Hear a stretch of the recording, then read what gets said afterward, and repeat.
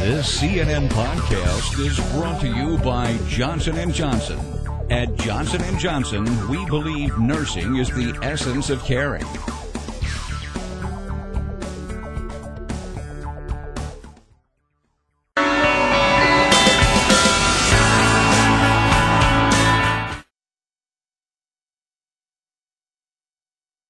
I left Kabul right after high school. I was away for 21 years. I didn't want to come back empty-handed. To Afghanistan. Afghanistan offered me a lot, and I wanted to bring a little something back. Education was very important to me. I came from a big family. I have 6 sisters, and I knew that 90% of women in Afghanistan didn't have an opportunity to go to school. Widows, in particular, rely on the mercy of their families, so they kind of become servants for them.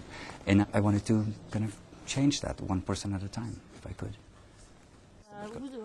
دختر چی جان اینه چه از طرف کجا جگر جان یه دختر از این 2 نفر دختر من یعنی تا قسم بای نازی جان نام خدا بسیار عالی میدوزن دیگر They read and write equivalent to a 4th grader now, and when they're in 6th grade, then I'm going to teach them also how to do tailoring.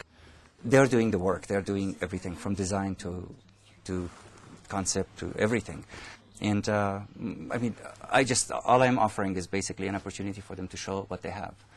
And they're showing it, and I think now they're completely independent. They're just, mentally they're prepared to go to work. They know how to take measurements, they know how to write measurements. So once they learn enough, they will basically be businesswomen.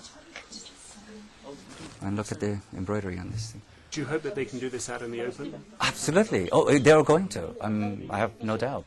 Eventually I would like to have a center in the middle of the city, have a bus to pick them up, bring them in, and they would have a showroom. It would be an art center. It would be, children could come insane, get inspired, because that's what's missing. People don't get inspired anymore because it's, all they see is dust and bullet holes.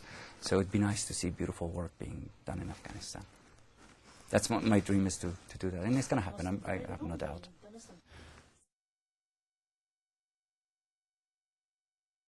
And when you look around you now at the streets, what do you see? How has it changed?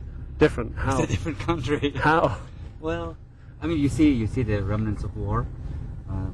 Nothing was maintained. So they never really did anything to maintain the walls, the buildings, the structure of the buildings, and then with all the rockets during Mujahideen just destroyed Kabul. There are neighborhoods that are completely in rubble. I don't know if you've had a chance to see it or not. So the first time I came here, it was really devastating for me. Emotional? Oh my God, I was wearing sunglasses all day long. I just couldn't go around. Because you were crying? Oh yeah, it was just like everything I saw. It was insane. And then third time I think it was, you could see little hopes, like the city center opened, a few restaurants opened up. People were a little bit more lively. When you look around now, do you still see hope? Oh yeah, absolutely. There's always hope. Without hope, you can't live, really. There's hope, but there's, you have to see one step at a time, one smile at a time. It takes time. 23 years of war is a long time. It doesn't, a country cannot be rebuilt overnight. Culture, from the very core of it, has been shaken. So everybody here is making a different part of the same garment? Or No, scarves? they have their own, it's their signature. And they sign their signature at the end, because now they can read and write. Yeah, they put their own signature and they write it, and then they embroider their signature on the scarf. I've told them to use maximum of 4 colors and whatever color they like. So how do you know 4 colors? 4 colors? Well, because you don't want to overwhelm the client. By is this they're your buying. talents in the working in the sort of fashion industry? Is this your talents coming out? No, the talents is theirs. Yeah. I just basically kind of guided to make it a little bit more aesthetically pleasing to the West. Yeah. But the talent is theirs. They pick the colors, they pick the patterns, and they. Oh, these colors are beautiful. I they're love the purple incredible. and the yellow. And Isn't that gorgeous? Yeah. Oh, it's beautiful.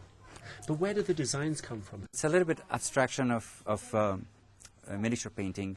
And then they will have, these are the flowers and the wood, and then they're going to do small animals, like a little bird here, a little deer there. So it's kind of a surprise element. And everyone chooses what they want to make. They just come up with it.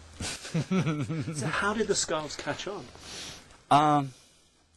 What made them sell?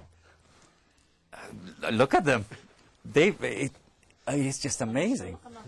We don't need to, I mean, we don't advertise. It's not in the stores. It's just on the website right now.